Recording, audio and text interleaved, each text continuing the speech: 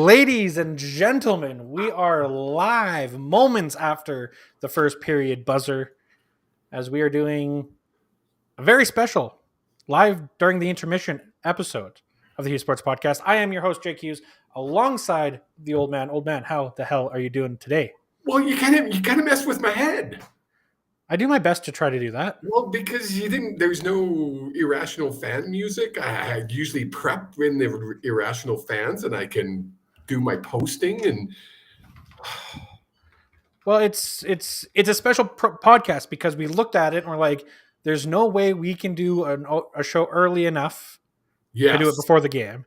And there's no chance that I'm staying up long enough to do a show post game. Well, that's what I thought you were going to say, and I was like, "Oh, please don't say that! Please don't say that!" No, that's way too late. Because by the time the game's over, we're through the first period. It's going to be 9:00 Pacific time. Yes. Right. So by the time we're done the show, if we did a full show, we'd be looking at 10:30 minimum. I'd be old and I'll be tired and cranky. Yeah. So episode 103. 103.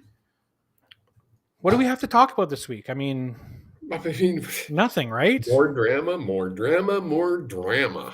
Before we talk about the drama, though, let's talk about the game that's happening right now. 1-1. Canucks tied with the Predators, 1-1. A beautiful goal from Nils Höglander after some really nice sustained pressure throughout the first period. Yes. A power play that I think didn't look good, but I think actually generated more momentum than it would appear. But I hate those early period power plays. Well, you don't get into the rhythm of the game before you do. You're on the power play, and then your lines aren't being rotated properly. There's so many different things. And Shorto's commented on it. Bluger didn't get his first shift until 4.5 minutes into the game. Yeah, right? Like normally everyone, by 5 minutes, everyone's going for their fourth or fifth shift. They've all had a minute or two of ice time. Exactly. But it throws everything off as soon as you get that power play. And I think the Canucks handled it really well. It would have been nice to be able to score on that power play, but they controlled for the most part. Yes. Had some great shots. Brock Besser, I thought for sure was going to score because he shot 3 or 4 times. Yes. And kept Saros on his toes. And let's face it, their goal kind of I'll say a lucky goal. Is that fair to say? No, I don't think it was lucky. Off the skating in. Dragged it by the skate. Yeah, but that wouldn't have happened if Soucy doesn't pinch in a position where he has no reason to pinch. I agree. He had 2 guys pressing in on him. Again, if he misses the pinch and the puck goes the other way, it's a 2-on-1, and that's how they score. Yeah, exactly. That's Soucy's calling card right now. That's what's happening to him is he's making those little minor mistakes and it's costing them huge. Do you package him with somebody? I don't know if you can. No. Honestly, I don't know if you can. I don't think I don't think you're getting a decent enough return on it. That's for sure. Yeah. But that leads directly into the next point is this game has looked really well for the Canucks. We've held a lot of possession. We've controlled. Is Nashville just that bad that they're making us look that good? I don't know. Go ahead. You got to beat the bad teams. Yeah. Which we've had troubles doing. Yes. Like we have beat the good teams. Like the Capitals. Yes. Like the best team in the league. We beat them. We are coming off of a 2-game win streak. 2 games. First time since December 1st.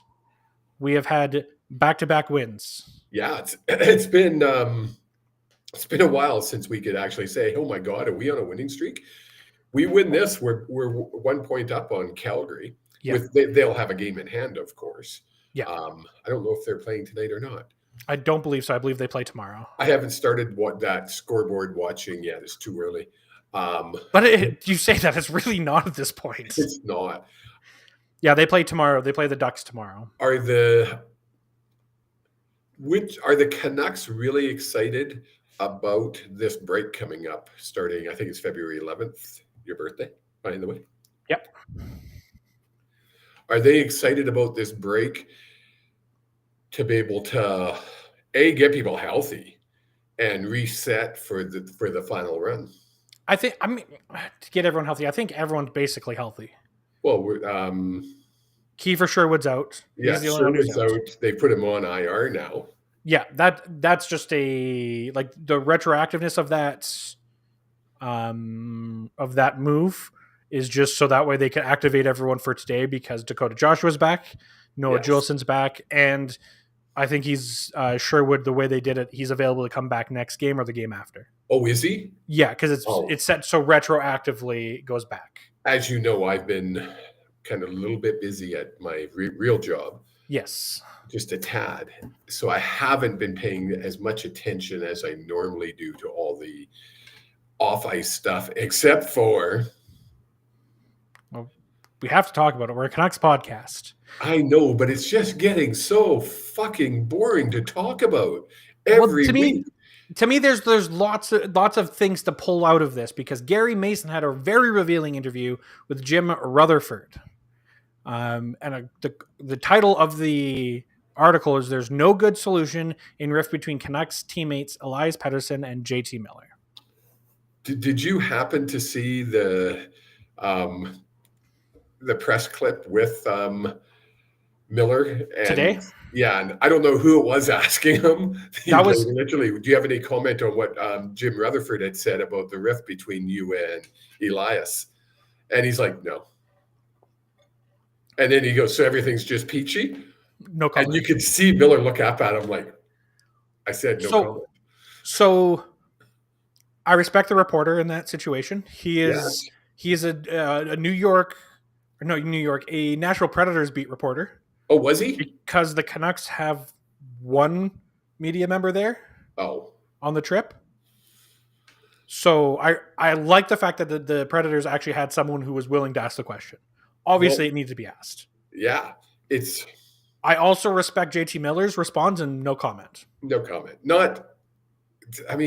Stop with you guys are just making shit up because obviously there's a fucking issue. Well, it's come from your captain, your head coach, your GM, and now the VP of hockey operations or president of hockey operations. He thinks there might be an issue. I haven't heard anything from EP40. I'm waiting for him because he was the one who got mad and said, you guys are making shit up. Yeah. Right? So it'll be interesting to see his. Now, the question is, did he insinuate, he being Jim Rutherford, insinuate they're looking to trade both? It's a potential. He's leaving nothing off the table. But he also said he does not want to trade these players. Was this a last-ditch effort by management to throw it back in their faces and said, either get along or you're gone? No, I think that ultimatum was given to them about 6-7 weeks ago from all insiders' points. 6 or 7 weeks. I guess I don't see the point of Rutherford except for preparing the fans for the inevitable. He is preparing the ownership for what is inevitable. Oh, you think that's what it was? Go look. If you look at Gary Mason's most recent hits of articles, it's political and it's business based. Why would they take an interview from them?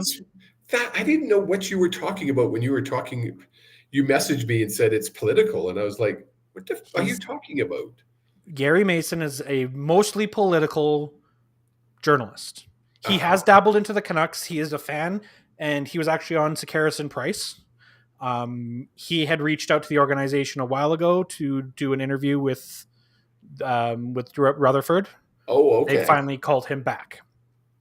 Of course, as a journalist, you never turn down an interview like that with one of the highest members of the local sports organizations. Come to our show. Come on. Yeah. Come on. To me, this is one of those, okay, when Francesco Aquilini opens up the newspaper that Tuesday, he'll see it. He'll see it. And he'll be pissed. But you've put that in there. You've talked to him. Guarantee you've talked to him and he's upset about it. Oh, yeah. But you're too, are they not Am I correct in saying they're the two highest paid players on the team? Ooh, let me look that up. I said it earlier today, and I was like, I just spewed that out. I don't know if it's fact or not. I'm just going to stick with it. Because I know Hughes is well paid. Yes. But I don't know. So Hughes is getting 7.85. PD is 11.6. JT Miller's 8. So the two highest paid players on the team. So we've got the two highest paid players on the team. I still can't. I can't wrap my head around the fact that when you say you want to trade both, so too much. You mentioned earlier that there's maybe this break, the Four Nations Cup break, will be good for the team. Yeah, I think the best thing for the team is you go on this break, and a trade is made. Whether it's JT Miller, my preference is JT Miller being traded. I think the world of the player. I just don't think it's the right fit for the organization, unfortunately. Yeah, okay. And then you have the remainder of this season. I'm listening. Up to the trade deadline even, to see if that fixes things. Is it as simple as getting rid of that negative energy of the rift between Miller and Petey, and all of a sudden Petey's going to relax and start playing? Yeah. Is it as simple as getting that energy out of there and their team's going to come together and bond and be better? No matter what, you're going to more than likely lose this trade. Which sucks. But you've put yourself in this situation. Oh, 100% you did. But setting that expectation for ownership also sets that expectation for fans. Yeah, we might lose out on the detail on the deal itself. But look at that Bo Horvat trade. Ended up turning that Bo Horvat trade into Phil Hronek. It's a pretty good trade. That's yeah. Right? I'll take that. If the initial trade doesn't look good, that doesn't mean they're done. If anything, it could be pieces to do something bigger. True. Right? Trade Miller and get a third line center and a third pairing defenseman and a prospect or a pick. Package one of those plus Brock Besser to get that next superstar to fill in that gap that Miller's leaving. Okay. Yeah. I'm not reporting anything. I'm just throwing ideas out there that you could easily see. Okay, move this puzzle piece, brings back these two pieces that fit together with this, allows us to do this. I know what you're saying. Yeah. You're not saying this is going to happen. You're saying this could happen. Yeah. And they make a trade and everything's hunky dory. And they don't need to do that. All of a sudden players are playing for each other. I mean, even the last couple games, Elias Pettersson seems more involved in the game, making big blocks. The defensive play of Pettersson has been huge the last week or so. Can we back up? Yes. Can we go to the last game? Yeah. Can we talk about probably, I'm going to say, one of the best players on the ice that game? And one second. No, wait a second. You've got the floor. Not once during that whole entire game did I say, oh, for fuck's sakes, Myers. The kid was just on fire. The pass he made to Spring, was it Suter? Oh, Suter. And he did, people are like, oh, he didn't mean to do that. But he tried that 3 different times during that game. Yeah. And it clicked twice. It sprung him once and almost sprung somebody else another time. The other time it didn't work whatsoever. But that's a set play that they've come up with. He was amazing. I have to say it. I give credit where credit's due. So does that bring credence to you need to give players more time off before games, between games? Right? I mean, give every player 3 games off. And it's not like other sports. If you look at NBA, there's lots of times where superstars don't play 82 games. Exactly. For maintenance days. Yeah, okay, cool. They're not real athletes. Come on. Years ago I might have agreed with you. The The physical shape that these guys are in now is ridiculous. They're 8 feet tall, putting a ball in a basket that's 6 feet. To me, that's always what has made Steve Nash, the Canadian, the most prolific NBA player, because he's like 6. Well, he looks like that, but I think he's like 6'1". I think he's taller than both of us. That's funny. But it's one of those. I mean, why not, right? He did it. Maybe he was just pissed, right? Maybe he was pissed at himself. Yeah, because he admitted it was a stupid ass thing to do. He basically not those exact words, but he basically said that. He basically said, "I went to do this, messed up. It looked real bad. I take the punishment." Right, unlike other people who got suspended and cried for a month. We're not going to get back into that. Okay, carry on. Things. Also, in that game was the Hughes pass not one of the most prettiest passes you've ever seen in any hockey game? Which Hughes pass? I do remember I only watched part of the game. Oh, you probably missed it. Who were they playing? Last game. St. Louis. St. Louis guy goes down to, it was a 2-on-1. St. Louis guy lays down. Oh, and puts it in between the tip of his toes and his ankle. It was one of those where I stood up. It was like, wow, you're the best. It's absolutely insane. Insanity. And if you rewind even one day before that, a huge trade done in the NHL. The Hurricanes, and Avs make a out of nowhere trade, which was always fun.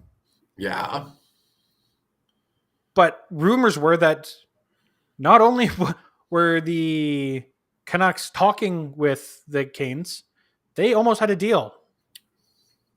2 different deals that they were working on throughout the day for Petey and Miller. No, well, 2 separate deals. It was not either going PD to the same team. We're not going to. They're going that way. PD or Miller to the Hurricanes were part of that. Was part of the conversations, depending on what they return. Yes. So another almost trade, a day where at Rogers Arena there was all hands on deck if you were in hockey management. Yeah, player personnel, everything like that. So I think there's going to be a trade sooner rather than later. I also wouldn't be surprised. I think at this point we have to. I also wouldn't be surprised if Brock Besser is the first piece moved.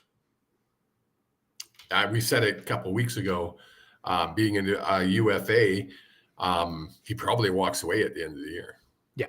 Right? Well, especially because the sounds of it is that there hasn't been too much positive talks on the contract front. So yeah, very little talk. As if the Canucks just don't want to do anything right now. I think in the Canucks' point is they don't want to do anything because they don't know what they're doing until they figure out, are we trading Miller? Are we trading Petey? If that's the case, do we keep him? Yeah. Lots of moving pieces. Yes. But we did mention that today was going to be a short, quick show. It was. The Canucks are getting ready to drop or I guess the officials are getting ready to drop the puck. I was going to say the Canucks don't drop the puck. Big second period. Thank you so much to everyone who tuned in. 131 viewers. You guys rock. Let us know what your predictions are for the rest of the game in the comments. Tweet at us at HSP_pod.